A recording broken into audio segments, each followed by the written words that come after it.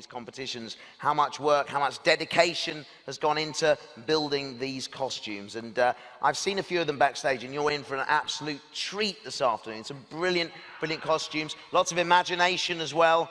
People interpreting Star Wars in their own unique way. So I think it's going to be a lot of fun. And what championship, what competition would be complete, though, without judges? So we need some judges for our competition this afternoon. And I hope you'll now please help me welcome our judges for this competition. Please put your hands together for Anthea Portillo from Lucasfilm.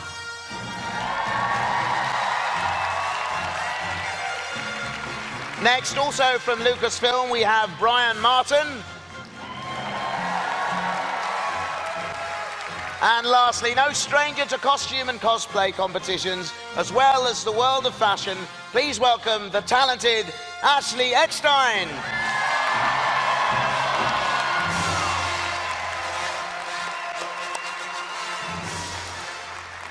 Welcome, judges. Nice to see you all. Good to see you too. So Anthea, firstly, tell us, what do you do at Lucasfilm? We love Ashley too. So Athena, tell us what you do at Lucasfilm. I'm an executive producer at Lucasfilm, and I just celebrated my 10 years working at Lucasfilm Animation with Dave Filoni on Rebels and Clone Wars. Wow, fantastic. Warwick, Yes. can I just say, though, Athena's very humble. I've had the honor and pleasure of working with Athena, and this woman behind the scenes is making it all happen. She is the producer for Clone Wars and Rebels and Lucasfilm Animation, and without Athena, these shows would not happen. So, little girls, you want somebody to look up to? This is who you should look up to. God. Thank you so much, Ashley. Thank you, I appreciate that. So Athena, what are you going to be looking for in today's competition in particular? Best likeness. I want to feel like the actual character from the TV and film is coming on stage right in front of me. Okay, all right. Well, let's hope they can deliver that for you this afternoon. Thanks very much, Athena. Thank you. Now, Brian, welcome. Thank you also work at Lucasfilm. What do you do? I do. I guess what I do is I do product development for high-end prop replicas, costumes, things of that nature. So I guess I get to see a lot of props and stuff. Wow, so you know all about this sort of costume and prop replicas? I have a very good idea, yes. Right, so you're going to notice if something's not quite accurate out here this afternoon. I think I have a pretty good eye for that. Okay. It's going to be a tough judge, this one. And I have a resubmit button. I see. Oh, right, and finally, Ashley, welcome. It's great to see you back here. Now, this is not your first time judging a cosplay championship, is it? No, it's not my first time. This is one of my favorite events. So whenever they ask me back, I'm honored to be here, and I can't wait to see the amazing costumes. Absolutely. Well, it's great to have you here. And of course, what's new for you at the moment? Of course, we love your clothing line that you have. I mean, it's fantastic, isn't it? Who's wearing an Ashley this afternoon? Anyone? Oh, thank you so much. My favorite piece, and you gave me one years ago, is the Wicket kind of bag. The crocheted bag. Yes, you wear her universe well. Thank you very much. But I'm pleased to tell you that at least in 2018, we will be coming out with our universe, some fashion for men. So it's about time. Yes, it's about time. Will you be one of our models, Warwick? Oh, indeed I will. Yes, absolutely. Okay. Yes, I'm wearing a Toys R Us this afternoon. Yeah, I'd love to do that. Okay. Our judges, everyone, thank you very much. So, we have the judges, we have contestants waiting backstage. I just need my co-host. Ladies and gentlemen, please put your hands together for Mr. Mark Daniels. Here he is. The best warm-up man in the business. Thank you. It's a pleasure. Hey, everyone. Right, we'll take our places behind our lecterns now, and we'll get things started. So, the first category here this afternoon is Best Likeness. So that's, Athena's going to be looking out at this one very carefully. So first of all, we have Christian Zeke, who is Captain Phasma.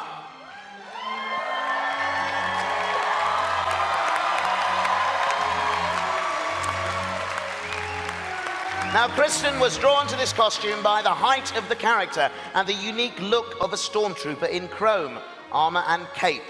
The blaster is a 3D printed model with working lights. The armor is made of black ABS plastic, which was glossed and polished to a mirror shine, then airbrushed with chrome paint. The abdomen plate is completely rigid and prevents her from sitting down. Please send help. Ladies and gentlemen, Kristen.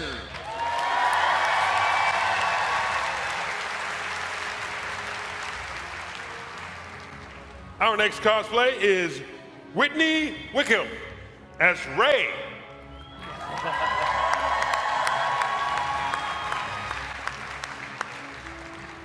Self-constructed staff out of hardware is balanced and weighted for combat and weighs about 8 pounds. The total costume took 500 hours to build. Whitney Wickham as Ray. Okay, next up we have Gil Guimez. He's Rebel pilot Jack Tono Hawkins from Red 6.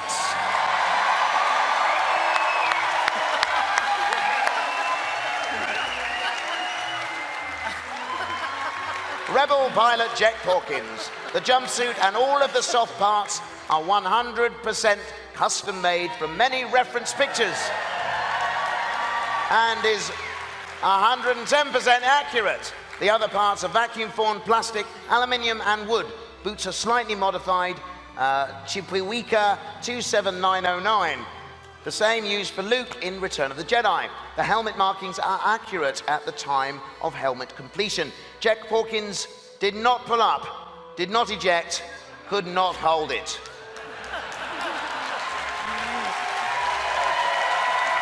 Kill everyone. Next up we have Frankie Saurus as Asajj Ventress.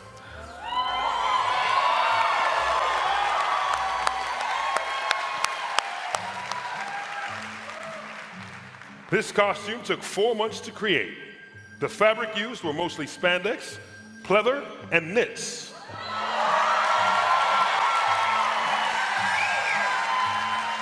The patterns for the belts, collar, and gauntlets were designed and created for this costume. The latex ball cap was made by hand. The designs on the belt and sash were hand-drawn and hand embroidered.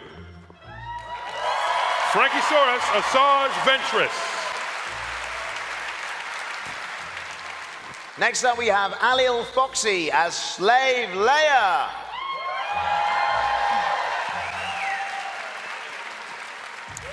To make this cosplay, she heat-molded warbler and plastic for the metal pieces. The fabric is sewn by hand and everything is custom painted. She's been growing her hair for a while to complete the look.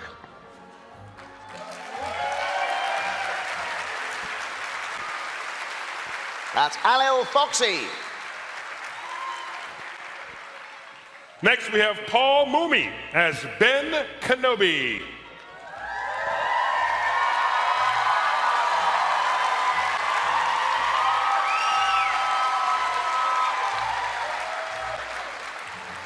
Ben's tunic is hand-woven from raw silk. It took almost a year to find the correct silk weave by obtaining samples from dealers worldwide, including Australia, Thailand, and Canada. The outer robe is hand-dyed. World War II Army blankets.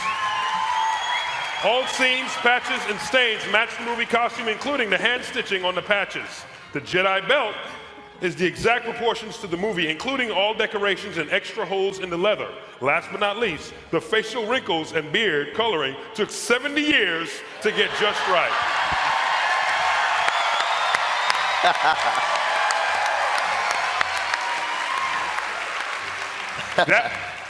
That was Paul Mooney as Ben Kenobi, and that wraps up our best likeness category. Well, actually, it doesn't, Mark. It doesn't. Hot off the press, no, there's still more entries in this category. Okay, next up in this category, we have Samantha Kelly as Rey.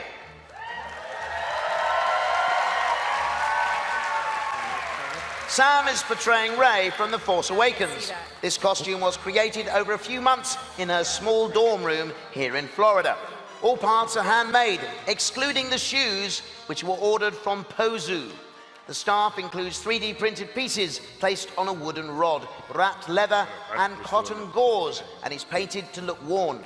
The majority of the costume is created from cotton fabrics, which are dyed and roughed up to form the correct look that could fit right into Jakku. Thank you, Samantha. All right, once again, we are still in the best likeness category, and we have Craig Spivey as Luke Skywalker.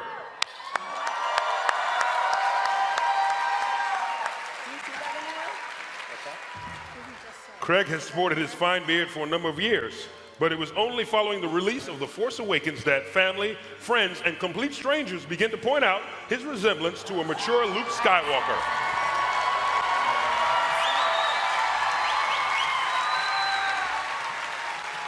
So with only a few screen grabs as reference, he set about creating the costume along with the local Irish seamstress, who was more used to creating genuine priest robes. Everything, bar the boots, were built from scratch.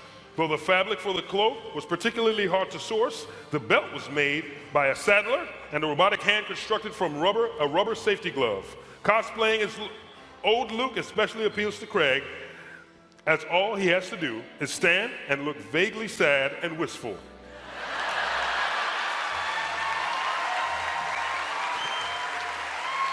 But the new movies are set to change all that. Craig Spivey as Luke Skywalker. Next up is Remy Roll as Kylo Ren.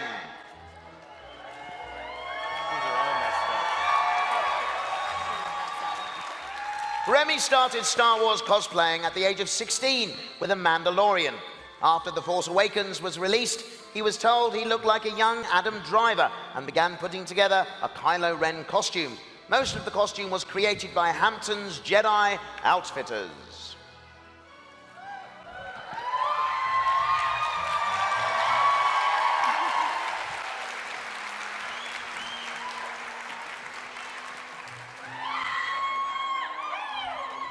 That's Remy as Kylo Ren.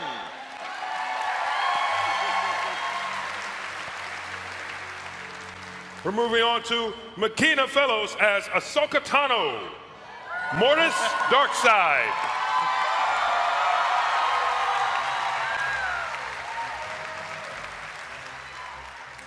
Here we have Makina Fellows wearing, oh, hey Snips, are you feeling all right? You look different. From the moment Ahsoka came on screen, McKenna felt a connection with the character and wanted to bring her to life. What ensued was a 6-month-long process of research, late nights, mistakes, redos, and eventually success. Everything was made from scratch, including the foam and latex headpiece and a pair of PVC lightsabers. This was her first time working with latex, leather, and airbrush body paint. McKenna enjoys the character so much that she has created multiple versions, including Ahsoka's slave disguise uniform from Slaves of the Republic and the version we see today from Altar of Mortis. Makina Fellows as Ahsoka Tano, Mortis Darkside. Next up we have Blue Lydia, who's playing Shelte Raytrak.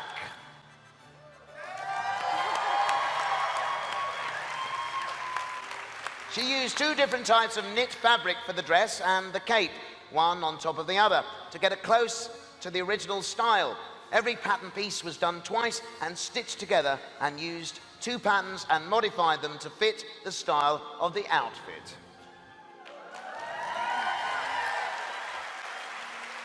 Blue Lydia. And now for Justin as Muftak.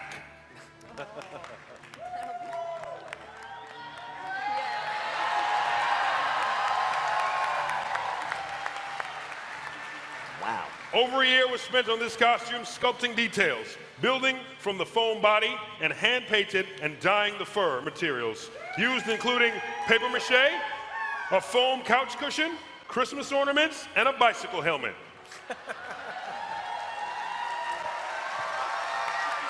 After all this grooming, Muftak is off to search the galaxy for his homeworld, but stopped by Star Wars Celebration to beat the heat with a round of Polaris Ale. Justin as Muftak. That was fantastic. And that was our final in our best likeness category. Yeah, that concludes that category of best likeness. That was pretty impressive, won't you agree? That was good. That was good. What a great effort. Judges, what are you thinking? Ashley, there was an Ahsoka in there. Were you impressed? I may be a bit biased, but I did love Ahsoka, actually, and what I loved about her costume is that it was from Mortis. Some of my favorite Clone Wars episodes were the Mortis arc and the Mortis episodes. So to have her not only do Ahsoka, but do Ahsoka from Mortis, I was very impressed. Absolutely, absolutely. And Brian, do you have any favorites so far? I didn't see anything that I would have given a resubmit to, and I did see some exquisite attention to detail. Fantastic, that's what you're looking for. And Athena, what about you? Any highlights? I love Ventress, taking it way back to Clone Wars. Fantastic. Well, lots more to come as we move on to our next category. It's the under 13s category. So first up we have Natalie Robinson, who's Sabine Wren.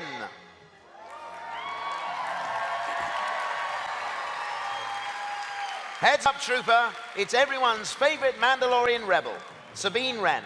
4 months in the making, this cosplay features custom paints and leotard. The armor is straight out of the Mandalorian arsenal, and her belts are handmade leather. Sabine is lethal as she looks good doing her job. The art featured on her armor, gauntlets, weapons, and jetpack is all custom painted. Hang on, I haven't finished yet. There's loads more here, hang on. This rebel rocks, even though she's left the stage. Armed with a pair of Westar blasters and, of course, the Mandalorian dark saber. How can she lose? And now we have Lizzie as Wicket. Yay!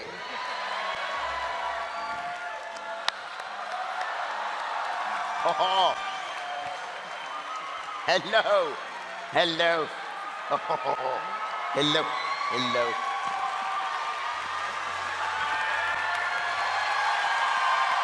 Here you go.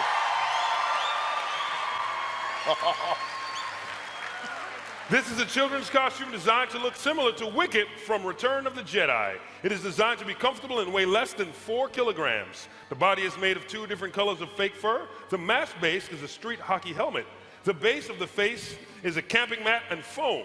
A mesh liner is used inside the costume with a 1 centimeter plastic plumbing tube sewn into the mesh to retain the round shape of the Ewok body parts. The fingers and toes were cut of digits of plastic Shrek gloves.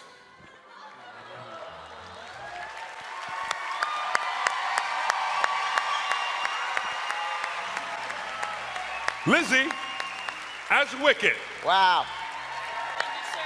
Thank you, sir. Fantastic. Thank you very much. Thank you.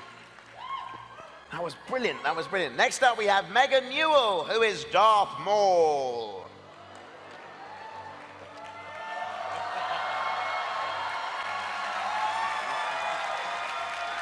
Now, we had to come up with a compromise to make Darth Maul appropriate for a 6-year-old girl. After months of tossing ideas around, they came up with this outfit, but she still looks tough.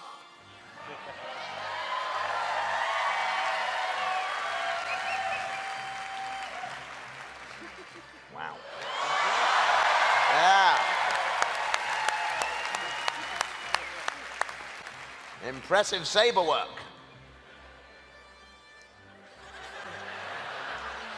Now you need to backflip across the stage.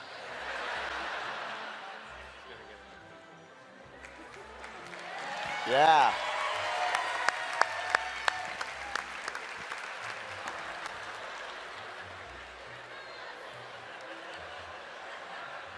Megan, have you been in a marching band?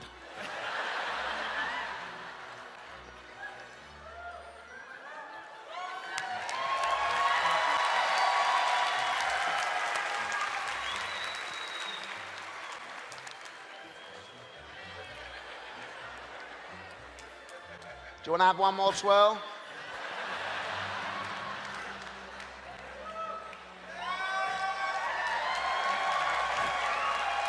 You know, Warwick, she's doing exactly what she was told to do. We didn't tell her how long to stay on the X's. Oh!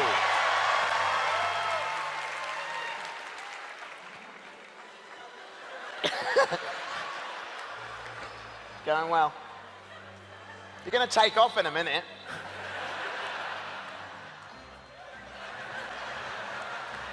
Thank you very much, Megan Newell.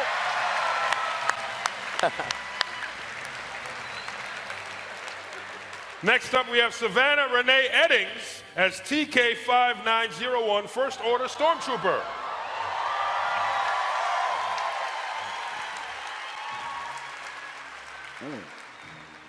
TK591 is a complete Stormtrooper armor set created from Battle Buddy toys. It took 4 weeks to build and fit. Her helmet is repurposed coin bank with lenses created from repurposed sunglasses.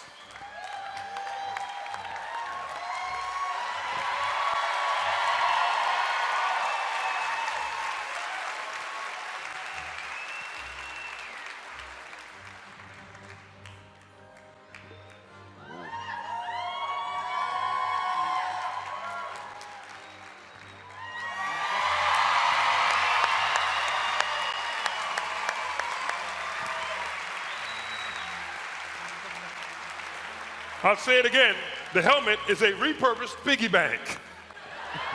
Savannah Renee Eddings as TK5901. Brilliant. I could borrow that costume, couldn't I? I've always wanted to be a stormtrooper. Fantastic. Next up, we have Kat Diadamo as Obi-Wan Kenobi.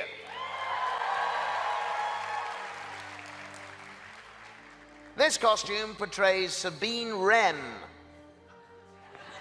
and is invisible. This costume portrays Sabine Wren, the young female Mandalorian from Star Wars Rebels, in her second season attire. It took about 120 hours to complete. The spandex shirt and pants were hand-sewn, while the wig was carefully bleached, dyed, and styled. Kat made the helmet out of a newspaper board and spackle. She made the Westar 35 blaster pistols out of plywood. The Warbler armor was the hardest part to construct, comprised of 19 separate parts, taking over 45 hours to make, and each piece was painstakingly painted to replicate the artistic character's armor. That's Kat as Obi-Wan Kenobi. No, it isn't. Now we're moving on to Whitman Mullins as Poe Dameron.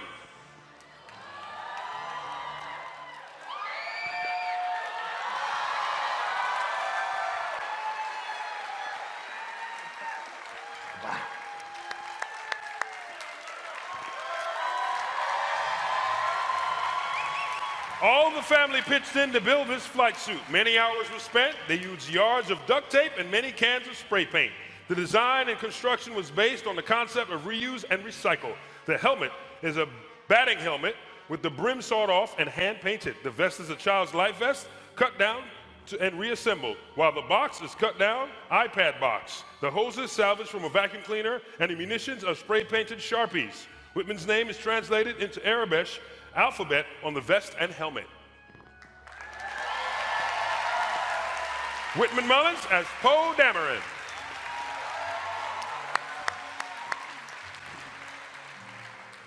Okay, next we have Patrick as Luke Skywalker.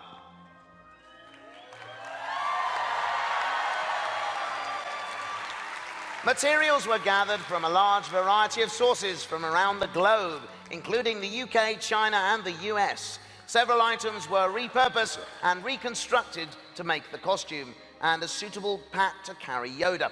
The reason he chose this costume was because he liked Yoda and Luke's characters, but would have liked to have dressed as Yoda. However, that's a bit difficult at 5'8".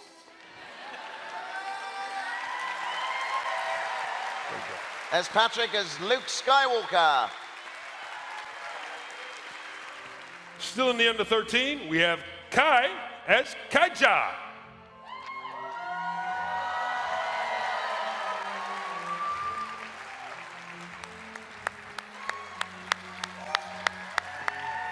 From the forest moon of Endor comes Kaija the Ewok. He is a natural-born hunter. He loves to collect various trophies and will defend his home at any cost. Kai, who is playing Kaija, enjoys scootering, reading, math, and cosplay in his free time. Even though Kai is only 10, he loves to help, make, and dress up in various costumes. Kai is also helping his dad construct his costumes, and someday will build his own from scratch. This costume was constructed from fake fur, clay, various types of plastic, leather, and polyfoam. Kai as Kaija the Ewok. And that wraps up our under 13 category. Wow. It's amazing. I mean, judges, just as you think you've seen the best costume of the cosplay competition so far, someone else walks out. I mean, I don't envy your choice now. How do you feel about it? I'm totally torn between the Ewoks and the Sabines. Those were amazing. What did you think of Wicket, Warwick? Oh, it was terrific. I mean, everything was perfect about that costume. The performance, everything was fantastic. That's so too. I mean, and these younger cosplayers, I mean, they get right into the spirit of all of this, and I mean, it's quite daunting standing here looking out at you guys as well, and they come out here and they give the performances they do, and it's fantastic. Yeah, we're having a great time so far. So I think we should move on to our next category. This is the Legends of the Old Republic category here, our third category. So first of all, we have Anna Sawyer.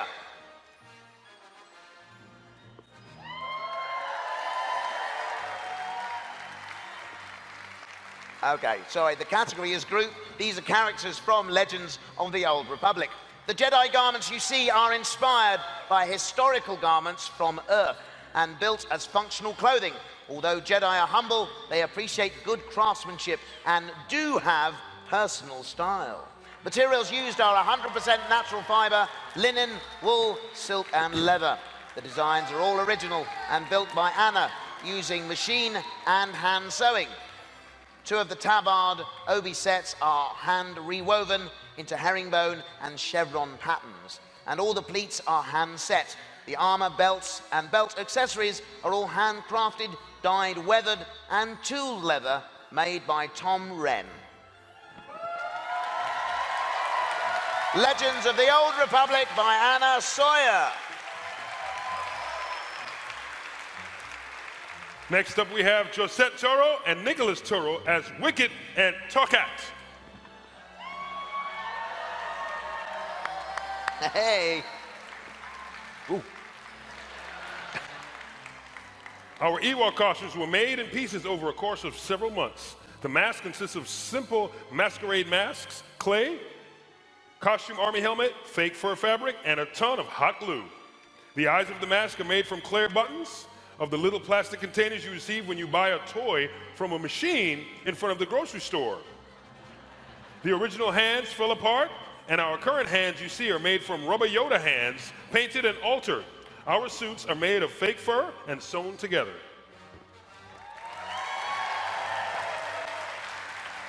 Josette and Nicholas Toro as Wicket and Tokat.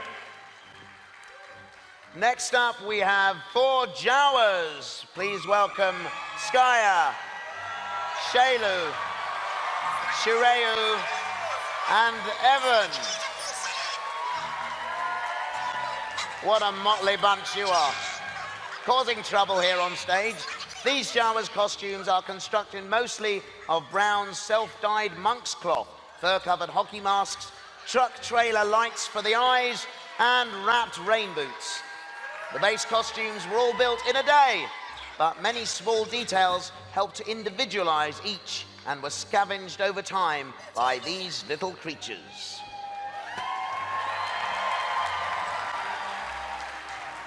O2D indeed. Oh, hang on. They're stealing from the judges over there.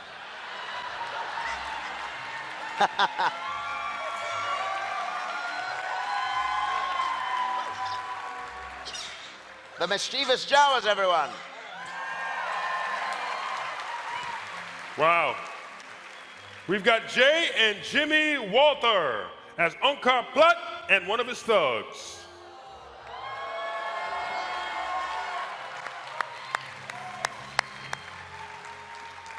This costume is a team build done by a father and son. They worked together and learned new skills throughout the process. These skills included sculpting, mold making, and latex casting, and creating armor from foam. The costume is 100% made from scratch. This project took almost 75 hours for them to complete, and they hope you enjoy it as much as they do.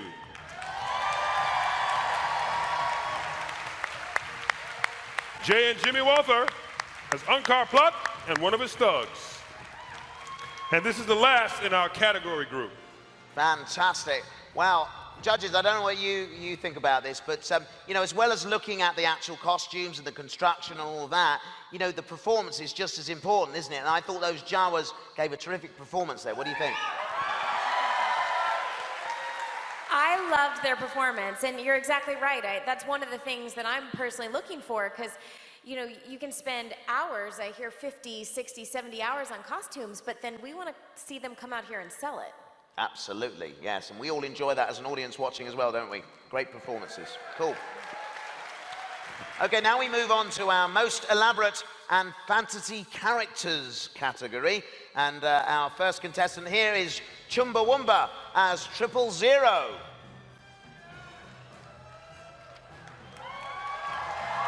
Wow.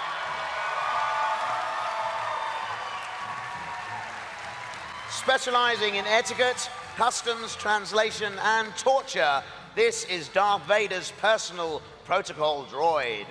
Over $4,000 and a whole year and a half was spent making this costume and bringing out every skill imaginable, from 3D printing, plastic work, fiberglassing, electronics, wiring, and painting, to look as close as possible to protocol droids presented in Star Wars canon. With restricted and limited movement, vision, and balance, even being completely bolted inside this costume gives claustrophobia a whole new meaning. Hours were also spent watching Star Wars, researching movements, quirks, quotes, and sayings to perfect the overall image of a true protocol droid.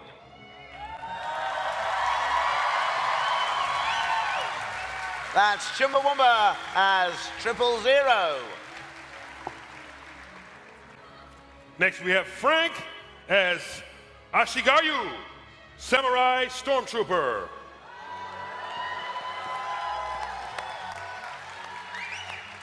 Ow.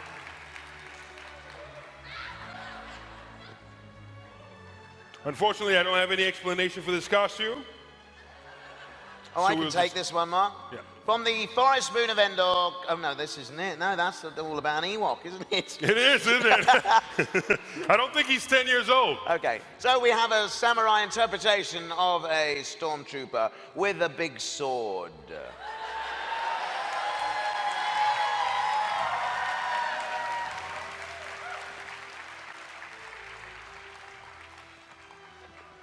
He's also wearing boots. Thank you, Frank.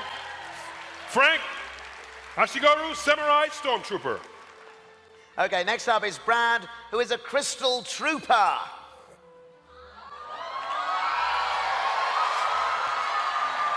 Wow. That's a lot of bling. The Crystal Stormtrooper started as a standard Stormtrooper kit put together by Brad to be worn for his wedding ceremony. He then joined the 501st Legion and trooped in it for over 10 years. He was then retired due to wear and tear. After many negotiations, it was given to his wife, Charlotte, who had a very creative idea for the armor. 51,000 hand-applied crystals, 43 bottles of super glue, and 7.5 months later, the Crystal TK was unveiled. The clear E11 blaster he is carrying is one of a kind, custom-made blaster made by Christopher Zook of Procon 3D Print. Several different colors and sizes of crystals were used to replicate the details of the original armor. Tweezers had to be used for many of the smaller gems used for the details. In direct, strong light, it may not be advisable to look directly at the Crystal Trooper without eye protection.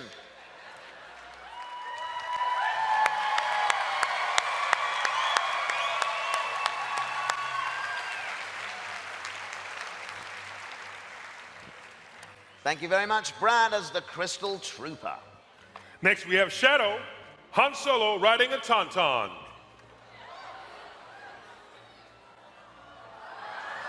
Whoa!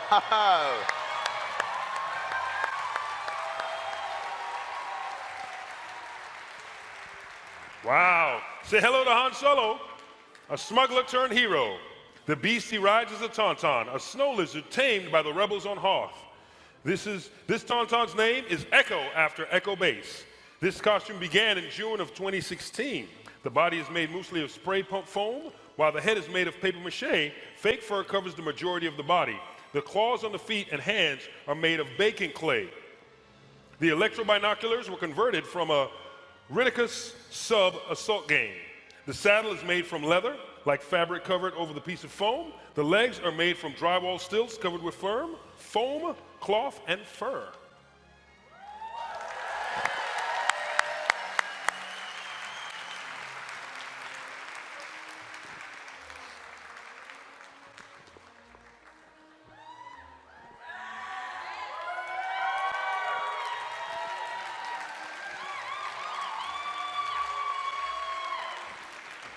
Once again, Shadow as Han Solo riding Echo, his tauntaun.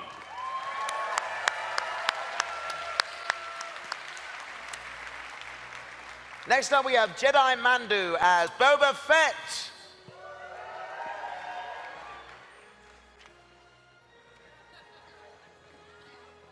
Potentially. Okay, we're going to move on to the next. No, hang on. And next, if we move on, do we have Danny Boy? Danny Boy? No? Oh, Danny Boy. Danny Boy, Danny Boy. All right, we have Danny Boy. Yes. As Malagith Diajot. Wow. Malagith Diajot is following in Boba Fett's footsteps to have the most dirty, ginged up armor in Mandalorian history. Determined not to be outgunned by some heroic marvel or machine of war, this Mandalorian brings a shoulder blaster cannon to all the best parties. This costume has been modified year after year with well over 100 hours of work. Centaura vinyl, nuts, bolts, and over 20 batteries make up this Mandalorian warrior's costume.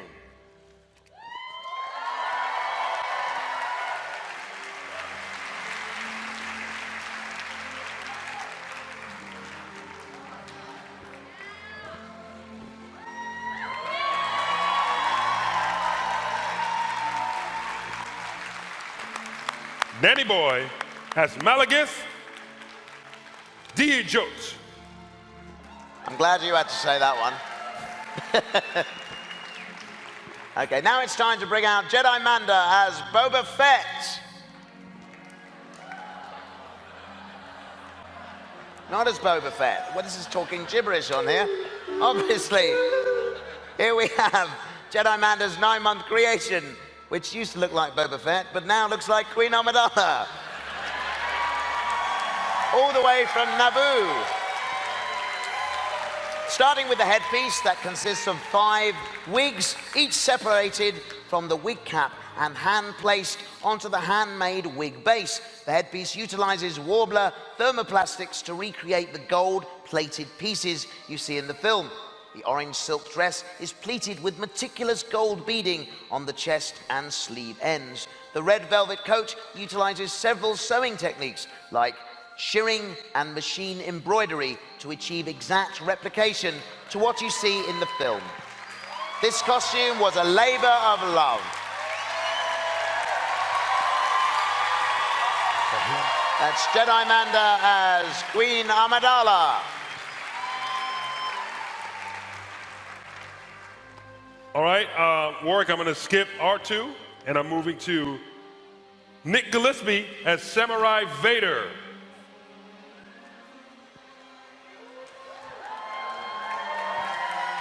Ooh.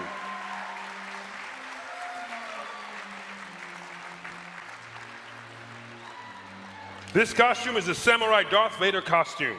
The design of the costume is based on the Bandai Taiso Samurai Vader and George Lucas's original idea for Darth Vader. I began to work on this costume in October 2016. The costume is 100% made. The majority is made of leather with a little Eva foam and warbler. The lightsaber is based on a katana design. I used acrylic to build the blade. The red lighting is EL wire. The hilt is a wooden dowel containing the controls and battery for my EL wire with a leather wrap.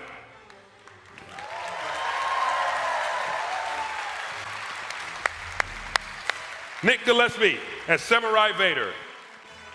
Next up, we have Mike as R2D2000.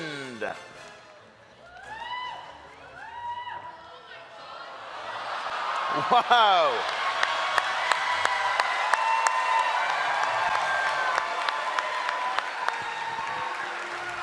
Wow.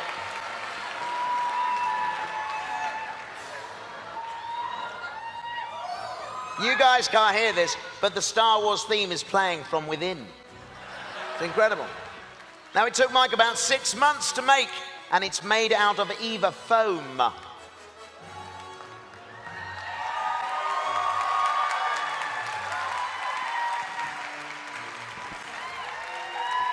Mike has provided no other details as to the construction or methods used in this costume.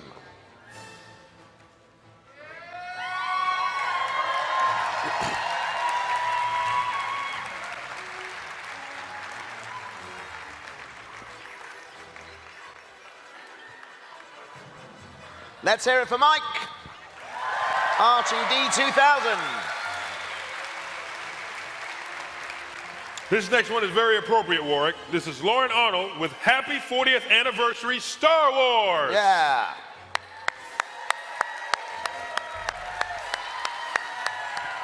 Wow. 40 years of thrilling galactic adventures deserve to be recognized and celebrated. Since age 13, I have been creating my own costumes. I created this dress with a hoop skirt made and resized to resemble the shape of a birthday cake. The color themes of the Sith and Jedi were used to split the dress in half to represent the dark side and the light. From the heated sands of Tatooine to the battling skies of the Empire, the dress was hand-painted, including the iconic characters of the Star Wars franchise, brought to life by adding Disney's Tsum Tsum stuffed characters, and of course, let's not forget the iconic opening crawl from Episode 4, A New Hope, painted to perfection on the bodice. In total, this dress has taken me a week and a half to bring to life. Lauren Arnold, happy 40th anniversary, Star Wars. Next up, we have Taras Harkavi as Minok.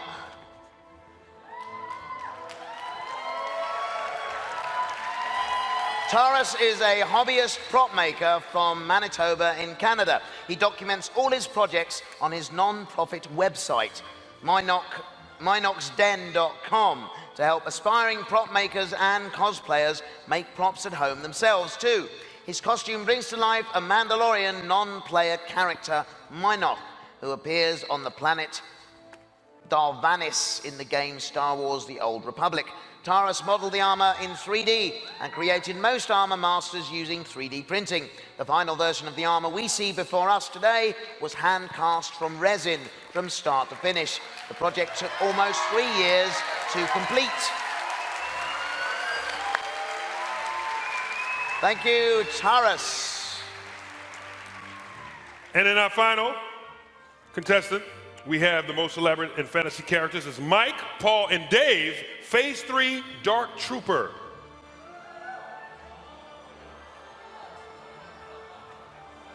Whoa.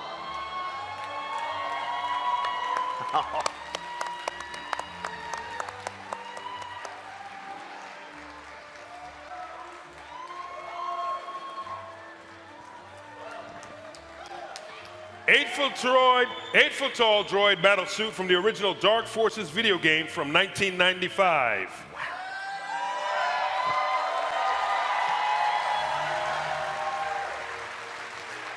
Built in slightly less than a year out of Eva foam, Epson Pro, and resin casts, uses stilts and hand extensions to make the wearer the actual height of the enemy from the video game, detailing Kyle Katran's first mission.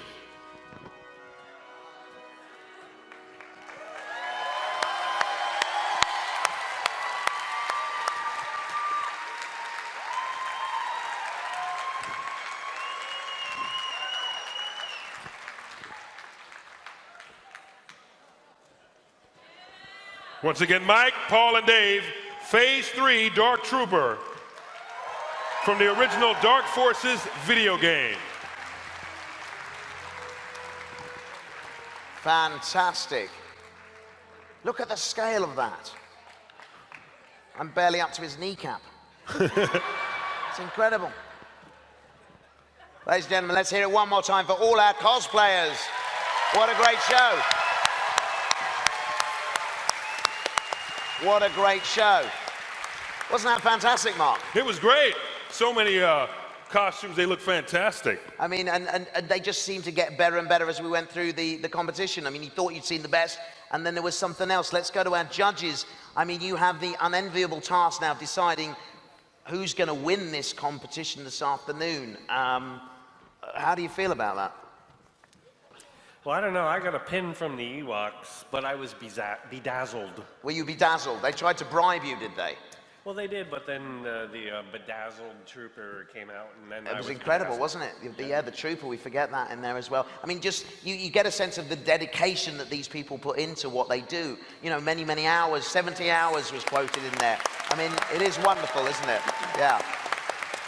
So, ladies and gentlemen, I'm going to send our judges away now if you'd like to leave us to go and deliberate and decide, and we'll see you in about 10 minutes.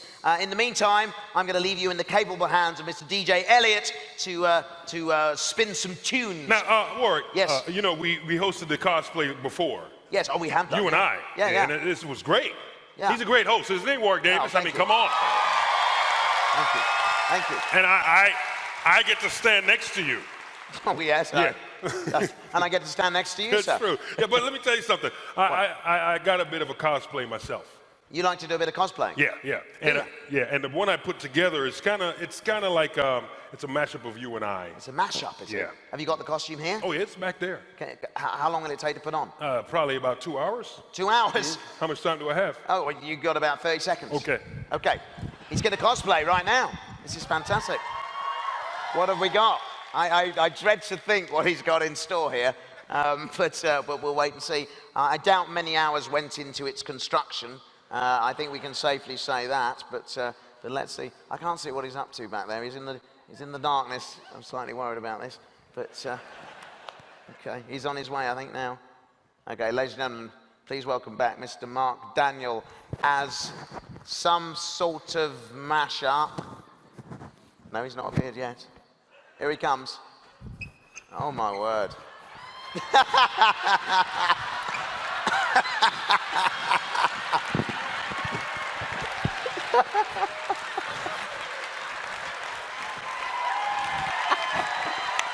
Well, I don't know what to say. For a change, I'm speechless, Mark. I'm speechless. It's... What is that? So and I like the performance. You're kind of the Ewoks unsteady underneath you. yeah, because you know the whole show you carried me, so I figured, hey, there it is. I see what you did there. You see? That's fantastic. I wouldn't touch this. This is literally made of toilet paper. Is it? Yes. But look at that. It's so ridiculous, but yet so funny. And all right, well, on that note, we're going to leave you for a few minutes with DJ Elliott and go and see how the judges are getting on with their deliberation. We'll see you in a few minutes. All right. Mark Daniel and me, thank you very much. Thank you very much. Thank you. We're back, and I have the results here in my hand. Yes. And I have the awards. Before we get into the announcing of the winners, shall we bring our judges back out? Please give them a huge round of applause. Athena, Brian, and Ashley. Welcome back. So, judges, before we find out who indeed has won in each category and who is our best in show today, how was the deliberation for you guys? It took a while. So hard. It was so hard, but very impressive in terms of what I'm learning in this process as well. Mm-hmm. Yeah. Did you have any arguments? Not arguments. Not arguments. Were you kind of, were there two of you agreed one way and somebody else who wanted somebody else to win? How was all that? I think it was all a good collaboration, Excellent. and nobody got a black eye. Well, thank you for what you've done. Yes, Ashley? Thank you. And I have to say, so Brian works in licensing, and it was really helpful. He knows so much of the detail, you know, so knowing if in their costumes, the accuracy and, you know, the likeness. So it was helpful to have Brian's eye. Absolutely. Yes, he said at the beginning he was going to be looking at the finer details, so he's a hard taskmaster, aren't you? Yeah. Okay, without further ado, let's find out who indeed you decided would win this cosplay competition, this championship here this afternoon. So I'm going to announce the winners in reverse order. First of all, starting with the best likeness category. Oh yes, of course, I'm going to bring everyone out first, absolutely. So let's bring all the contestants out in the best likeness category. Please welcome them on stage again. There they are. Captain Phasma, Ray, there's Hawkins, there's Slave Leia there. There they all are, there's Luke Skywalker, Kylo Ren's there.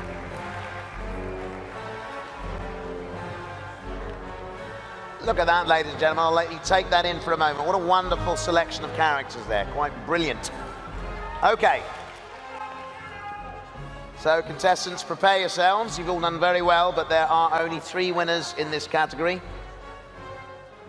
In third place, we have Christian Zick as Captain Phasma.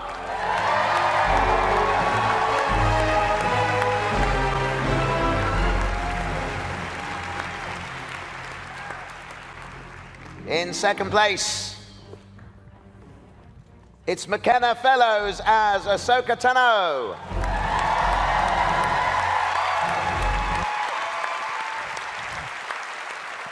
Congratulations, well done. And in first place, in the best likeness category, we have Samantha Kelly as Rey.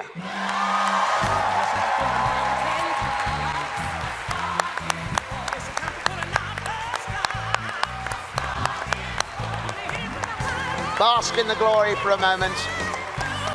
Well done, Samantha. Congratulations to all our runners-up. I'm going to ask them to exit the stage right now, please. And the 3 winners in this category, you're going to move to the back of the stage and wait there until we announce the best in show. Fantastic. Right now we move on to our under-13s. Could you please welcome the under-13s back onto the stage, ladies and gentlemen?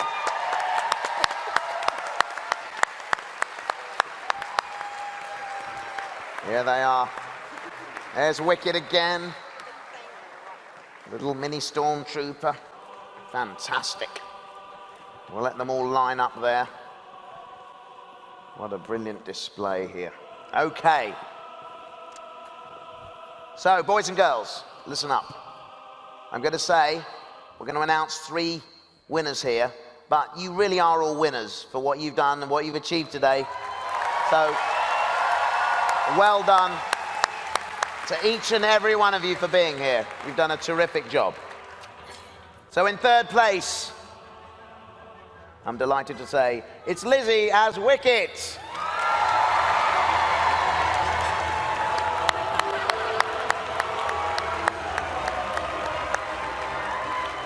Well done, Lizzie. Fantastic. Hello.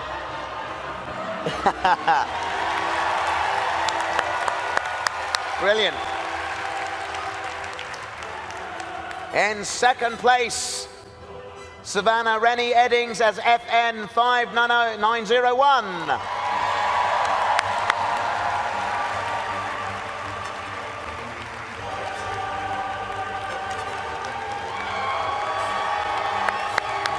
Well done. Move forward onto the line now. That's it. Super. Excellent. And in first place in the under-13s category, we have Natalie Robinson as Sabine Wren.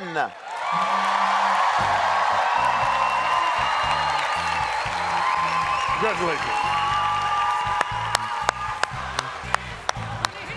Well done to you 3, and congratulations to our runners-up. Let's hear it for them. Thank you.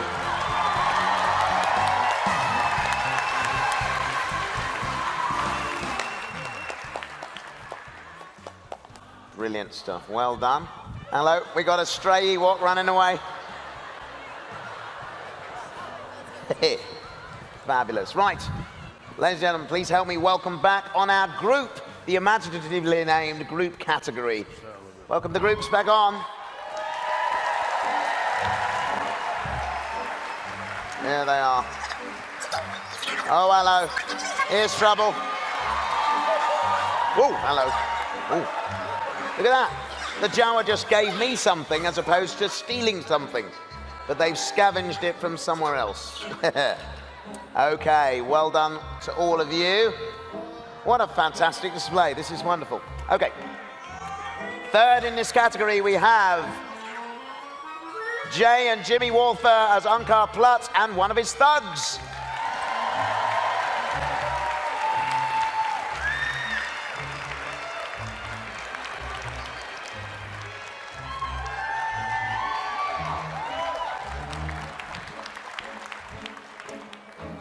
In second place, we have the IE Squad Jawas.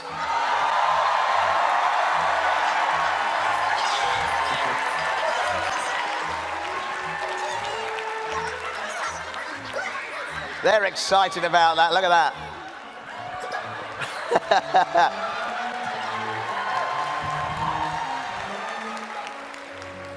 And in first place in the groups category, it's Anna Sawyer's Old Republic.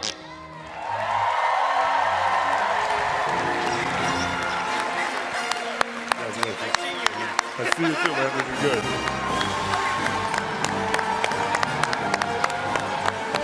Fabulous. Our commiserations to our two Ewoks there. I do. Hang on a minute. Wait a second. Wait a second. Wait a second. Mark, I think perhaps we could, since there's only kind of 4 contestants, kind of 4 groups in this category, should we, let's give them a 4th prize. So, yeah, 4th place. Well done, Ewoks. In fact, you know, I'm feeling in particularly generous mood today, so what we're going to do, we're going to award a 4th prize in each and every category in the championships. There they go. Okay, so could our top 3 in that category now move to the back of the stage as we welcome on our last group.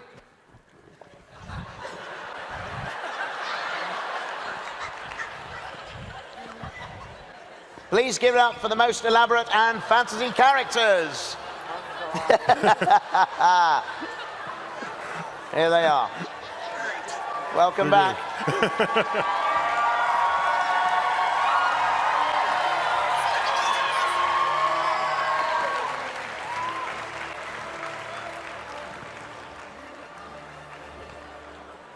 Wow, look at this display here. It's fantastic. The Jawas there eyeing up the stormtrooper there. They rather like the look of him. Okay, ladies and gentlemen, your most elaborate and fantasy characters. On the table. Here are the winners. In 3rd place, it's Chumbawamba as 000.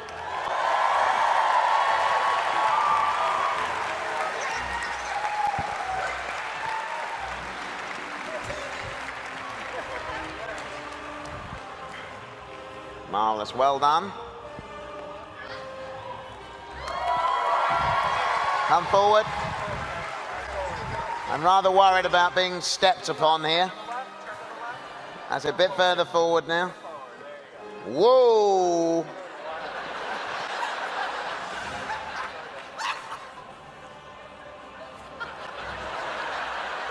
This always happens in these competitions. The largest character stands next to me.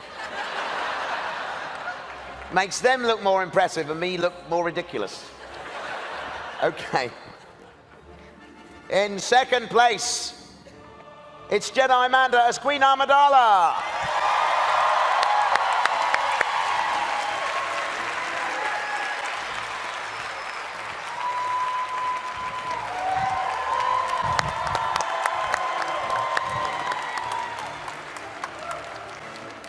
And in 1st place in this category, it is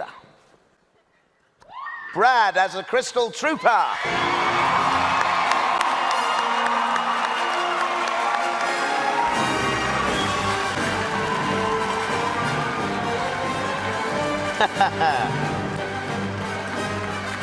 Fantastic.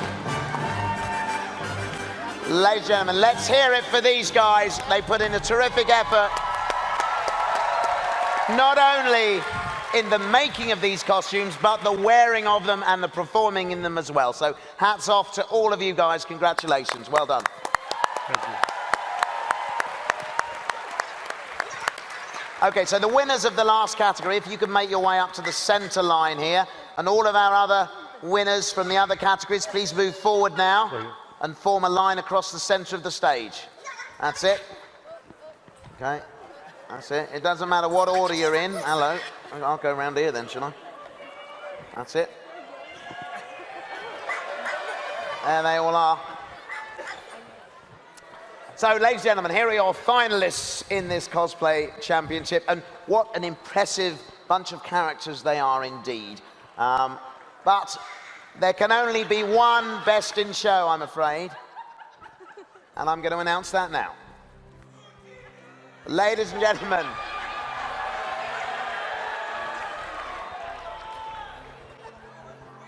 your best in show in the Celebration 2017 Cosplay Championship is... It's Brad as the Crystal Trooper.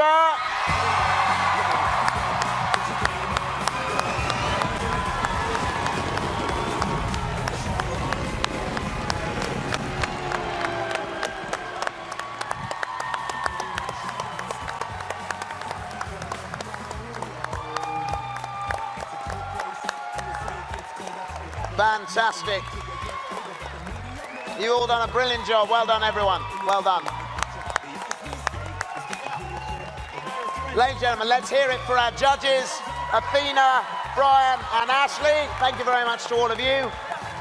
Thanks to all our contestants here. Thank you to Mark, my co-host this afternoon. Thank you very much. And please give it up for your host for the cosplay, Warwick Davis. Thank you very much. Thank you. Thank you. Guys, at 7 o'clock right here on the stage, we have the brilliant Carl Newman and his radio play, Smuggler's Revenge, with a few special guests. So please check that out if you can. Otherwise, have a great celebration, and may the force be with you. Take care. Bye-bye.